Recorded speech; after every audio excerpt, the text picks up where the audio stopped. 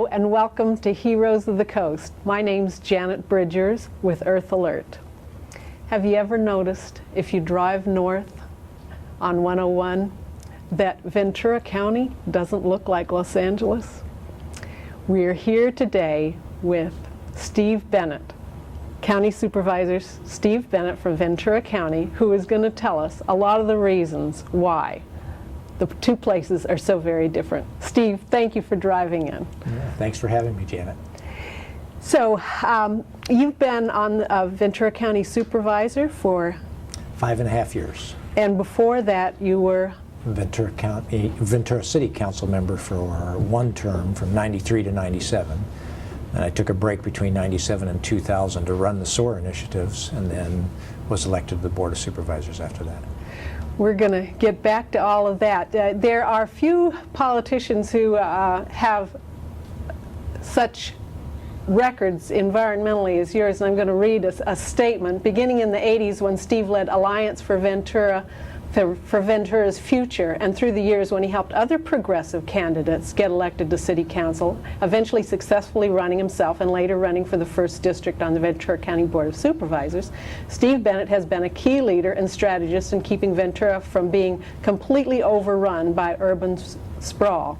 This is a statement by Alan Sanders, the Conservation Chair of the Los Padres chapter of the Sierra Club. Most politicians don't have that kind of imprimatur.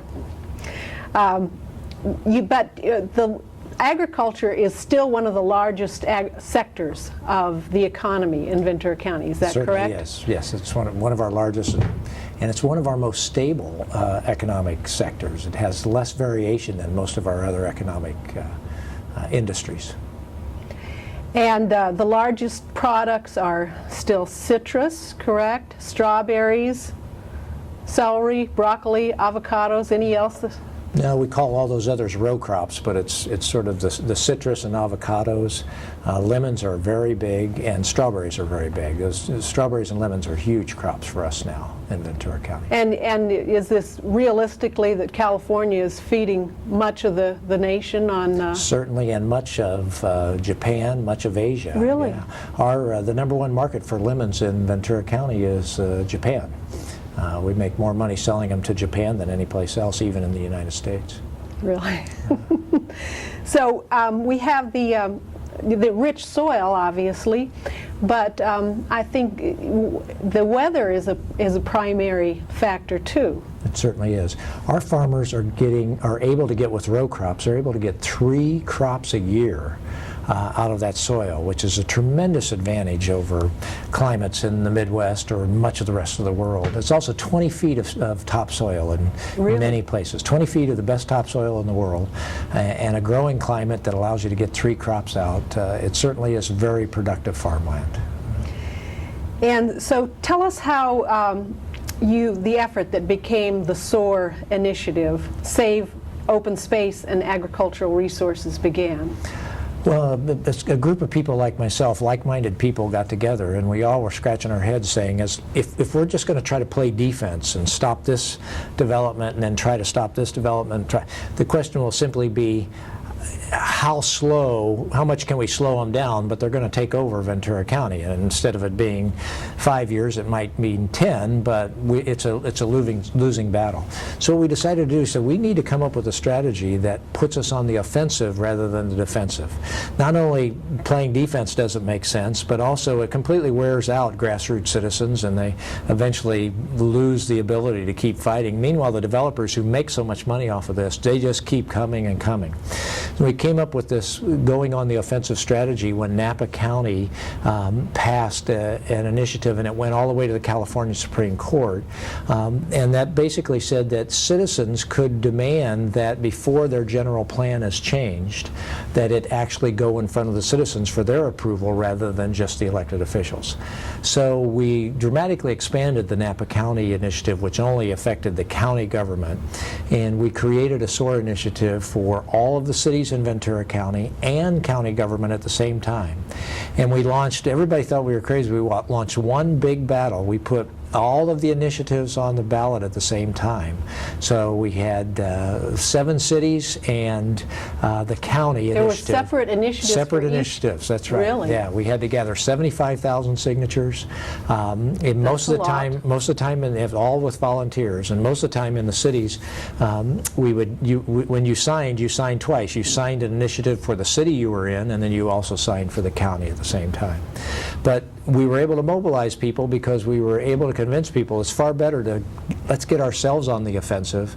And now the tables have been completely turned. Now the developers have to come to the citizens to get approval for the development and convince the citizens, rather than the citizens having to go to the city council and try to get the city council to not approve the development that the developer has already greased the skids, so to speak, with campaign contributions and friendly relations with elected officials and that kind of stuff. So tell us in a little more detail exactly what it does. It requires a vote? Yeah, and a lot of people say it's ballot box planning. I know you probably want to get into that later, but it simply says that whatever the general plan zoning designations are, you have to live with those zoning designations. So if your general plan already says this area over here is allowed to be developed, then the city council can develop that. But if this land over here is zoned as agriculture, open space, or if it's outside of the city right now, the city can't go and change their plan and bring that in unless they get approval of the citizens of the city. Is it a simple majority vote? It's a simple majority vote. But does it have to wait till the next election, or no, they can call a special election. That's even expensive, though. Yeah, even if they want to do that. Yes, and the developers have no problems paying for the special election because those are usually low turnout elections, and they hope they can actually do better in low turnout elections. So we are seeing sort of a pattern of the developers convincing the city council to call a special election, and the developer says we'll pay for the election, and then they pick one. We have one right now in Santa Paula. The election is going to be Tuesday, April 18th. Now that happens to be the Tuesday after Easter and the Tuesday after taxes are due on Monday. And it's not a coincidence that they chose probably one of the most difficult times to get grassroots citizens all motivated, right after taxes, right during the Easter season, in terms of trying to campaign. So they did that intentionally, but that's what we have to deal with at this point in time. But it's certainly much better than trying to go down and mobilize everybody to go to 20 planning commission meetings to try to stop a project. Right? It's much better to have one election where we mobilize all the citizens to vote against it. And when these have come up in the past, how have they gone? Well, so far, no developer has gotten a major project through in Ventura County. Really? So we hope we can keep that pattern up, and that the message will really get out there that we need to develop inside the existing city limits first, and really do that well before we consider an expansion. And the expansions, if they ever do take place, should be very minimal and thoughtful. Classic situation that was going on before we did SOAR in Ventura County happened here in Los Angeles, San Fernando Valley, and in Orange County. When the population grew by 20%, the urbanized area grew by 40%. And so you were urban sprawling twice as fast as your population was even growing. Well, up in Portland, where they used urban growth boundaries, what they found was after they had done a pretty good job of infilling and they decided they were going to expand the boundary, a 20% increase in population was projected to be taken care of with only a 2% increase in urban area. So the trick is to dramatically change that ratio of what do you urbanize relative to your population growth. But sprawling out in big tract homes certainly does not treat the land as the precious resource that it is. Particularly agricultural land, like we've talked about, that is so rich and so productive. To sprawl over that with tract homes that are spread out does not make any sense from a long-term planning standpoint. Well, it certainly doesn't. And that one of the what would we do if we didn't have farmland close by? We are with the era of peak oil. We can envision the time when it will not be possible to put produce from long way away into a truck and ship it across country, or to put fruit in an airplane and fly it all over the world. Right. So. Yeah, certainly trying to get, I think we have a lot of education to do, but people ought to realize that buying local, buying locally grown fruits and vegetables and locally grown food makes sense for lots of reasons. It's good for your economy. It keeps that very stable sector, agriculture, which is much more stable than lots of other economic engines that are out there. But also, it's a long-term economic security for you. I mean, if you have long-term problems, you want to be able to grow enough food to feed your own citizens. And some countries certainly learned that really well in World War II when they had become dependent upon food imports.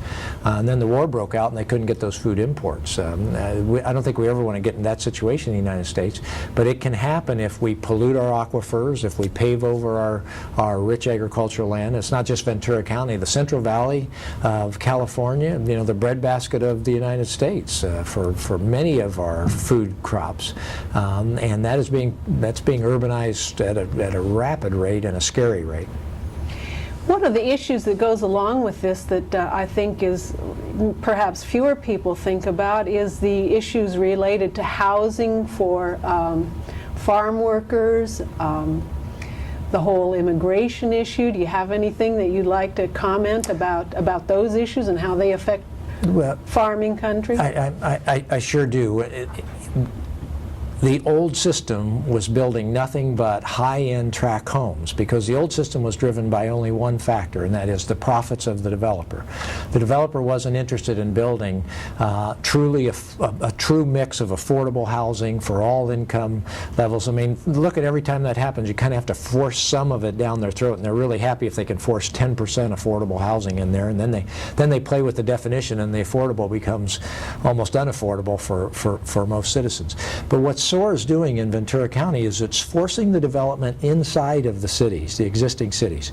And when you do that, when you're redeveloping areas, et cetera, you're much more likely to build a true mix of housing, small units, condos, townhouses, things that can be much more affordable for people, for your workforce, for your farm workers, and all of those people. And the smart growth principles are catching on. The city of Ventura is really starting to lead the way from that standpoint. I think you'll see us much more likely in Ventura County to actually address the issue of a true mix of housing than you will in areas, certainly San Diego County, Orange County. They've built, I mean, you drive through Orange County and much of San Diego County, you see the same kind of high-end tract homes, and that does not solve your affordable housing crisis at all. No, it certainly doesn't. And it's bad for business as well, too, because young people who are just becoming part of the workforce can't afford to buy. Sure. Generally. And right. But what do your critics say about the SOAR initiative? Well, we certainly did have lots of critics, and particularly when we started, the number one argument that was made was that the farmers said, look, if SOAR is so good for agriculture, why do virtually all the farmers in Ventura County oppose it? And what we had to do was educate the public in terms of trying to answer that question. And one of the things that's really helpful for everybody to realize, when I was on the city council, we had 100 acres of agricultural land appraised by an independent appraiser. And 100 acres of ag land was worth $3 million. And we asked the question, what if the city council votes to rezone that land from agriculture to development? That's all we do. We don't build the homes yet. We don't do anything else. We just have that vote. So the next morning after that vote, that same 100 acres that was worth $3 million would be worth $12 million. Now that is a tremendous incentive to convert agricultural land over to development in Southern California and in Ventura County. So that's the biggest threat. And once people realized that, they could understand why so many people that owned agricultural land were probably not necessarily giving advice in terms of what was best for agriculture in Ventura County, but rather what was best for their development and their ability to profit off of the land. So that was probably the early critical statement. Another one was the issue of property rights. They said, hey, it's our property, we should be allowed to do what we want with it. Our response is a community has the right to plan their community, and if you let everybody do what they want with their land, you have chaos. If you live in a neighborhood neighborhood, a residential neighborhood, just because your neighbor could make a lot of money putting a McDonald's in his front yard doesn't mean that the residential neighborhood ought to suddenly tolerate a McDonald's in the front yard in that situation. So, so that was the second sort of criticism that was thrown out there. A third one was that this was going to be ballot box planning, that citizens would not be able to do all of this land use planning. And one of the unique things about SOAR is citizens don't do all of the planning. SOAR says when you go to change the general plan, you need a vote of the citizens. But the general plan was designed by experts and designed with lots of appropriate input, so they create the plan. Our point was, if you looked at the general plans of all kinds of cities, none of them ever said, if you went to the San Fernando Valley, you'll find no plan that says, let's pave over the whole San Fernando Valley, because the citizens would have gone ballistic. But what they do is they create the general plan that looks pretty good, and then they keep making piecemeal exceptions to the plan. The city councils override and say, well, we know this isn't in the plan, but we want to develop over here, and we know this isn't in the plan, but we want to develop here. So if you stop the piecemeal developments and you stick with your plans, you usually get much better urban development, and that's all SOAR does. SOAR says stick with your current plan, and if you want to change it and you want to go outside of what you've planned for, that's when you have to go to the citizens and get approval. Well, the San Fernando Valley is a great example of what I can't imagine anybody would want to happen. It has no cohesiveness. It's just mile after mile of strip malls. And one of the great advantages that we've tried to point out with SOAR is that if you can keep your communities distinct and you can create a greenbelt buffer between your communities, people actually feel much more connected to their place. When you drive through San Fernando Valley, you can't tell when you leave one city and you go to the next city. In Ventura County, you can almost always tell when you leave a city because you pass through a certain amount of open space and agricultural land before you get to the next city. And that keeps that sense of identity, that sense of community, and therefore people are much more willing to solve other kinds of problems in their community because they really feel like, hey, this is Ventura, we're going to take care of the homeless in Ventura, we're going to take care of the mentally ill in Ventura, we're going to take care of the foster kids in Ventura, because Ventura is a unique, separate place in everybody's mind. And people have a sense of ownership about their community. Sure, when it's distinct like that. And in Southern California, that doesn't happen very many places, and we're really fighting to keep that in Ventura County. And would you say that that has also been part of what has spawned the greater environmental activism in Ventura County, say, compared to Los Angeles or Orange County? Well, yeah, certainly I think SOAR has helped energize people that felt hopeless before we had SOAR, but they really saw. We had some dramatic moments in our campaigns that I think really let people realize how much they could affect things. I remember in the city of Ventura, we had the city race before we launched on the countywide effort. We tried it in the city, and we had phone calling going along all along with our volunteers, and we were doing okay in the polls, but SOAR was brand new, and whenever you have something brand new, people have a tendency to vote no because they don't understand it. And then all of a sudden, the week before the election, our polling numbers just dropped on our tracking polling that we were doing with just our volunteers. And what we had found out was that the Building and Industry Association had funneled a whole lot of money and had professionals calling everybody in Ventura and confusing them and telling them, if you want to save ag land, make sure you vote no, and got everybody confused and everything else. Well, we mobilized all of our volunteers on the last weekend. We burned the phone lines up for about 24 hours, 12 hours on Saturday, 12 hours on Sunday, calling everybody we could in the city of Ventura. Well, that Tuesday, we won because 400 people voted yes instead of voting no. Really? And if we had not had mobilized all those people that last weekend, we would have lost. And if we would have lost the first one, we never would have done the countywide initiative and everything else. So that was a 52 to 48% vote with only 400 people switching their votes. Would have cost us that election. It would have demoralized everybody. Instead, it energized everybody, and people said, we can do this, we can do it countywide. And then when people see other problems, they say, let's go and tackle those problems too. There was a sense of hopelessness, I think, for many of us before, because we just kept losing battle after battle to each piecemeal development project. This has been energizing. So many people do have a sense of hopelessness about politics and the world in general, and they say, well, one person can't make a difference and my vote doesn't really matter. But this is yet another example where that is absolutely proof. Right. We almost consistently have been opposed by the elected officials in each city where we've had SOAR. We've been opposed by the newspapers consistently, and yet this thing has so much support at the grassroots level. It's a classic example of proving that the elected officials on the issue of urban sprawl are out of touch with the core values of the citizens that they're supposed to represent. I don't think there's any question that's the case. And it's partially because the largest contributors to campaigns at the local level are people involved in the development industry, pro-development forces. Do you see any way to change that? Well, that's why the second reform, right after we did SOAR, is then I wrote a very tough campaign contribution limit law for the city of Ventura. And then when I was elected to the Board of Supervisors, I did the same thing at the Board of Supervisors level.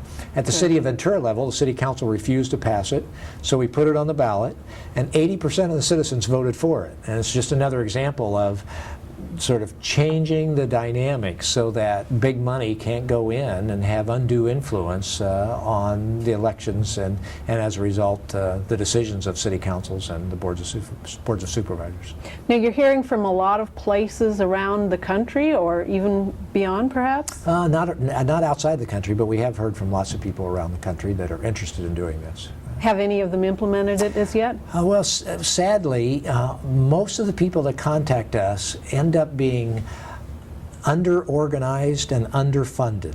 And that's the kiss of death when you're going to take on the Building Industry Association and all of that. We were outspent 10-1 in our first election, and we were able to hang on and win. But you have to have a very cohesive team of people, and you have to have done your fundraising in advance so that you have the money you need. You're so busy that at the end of an initiative campaign, you can't be trying to raise the money at that point in time. What we did in Ventura was we went around and contacted people. We got pledges from people, and we said, until we have $100,000 in pledges, we're not going to start gathering signatures, because the day you start gathering signatures is when the clock starts ticking. Right. Most people get in a rush. They throw some people together, everybody's fired up, they write the initiative, they start gathering the signatures, and then they start raising the money after the fact. Well, once you start gathering those signatures, you usually only have about 6 months before you're going to have an election. And then they don't have enough money. The developers hit them with all kinds of misinformation, and they don't have the ability to counter that. We had a very cohesive team of people that had a broad array of talents that we needed in the campaign. Great graphic artists, great attorney, great communicators, great organizers in each of the cities that were able to do that. And it was a remarkable team that held that together and allowed us to be successful. So when everybody calls, we emphasize do those two things first and then write your initiative. But unfortunately, things seem to go wrong in more counties than go right. In Northern California, some of them have been able to do it.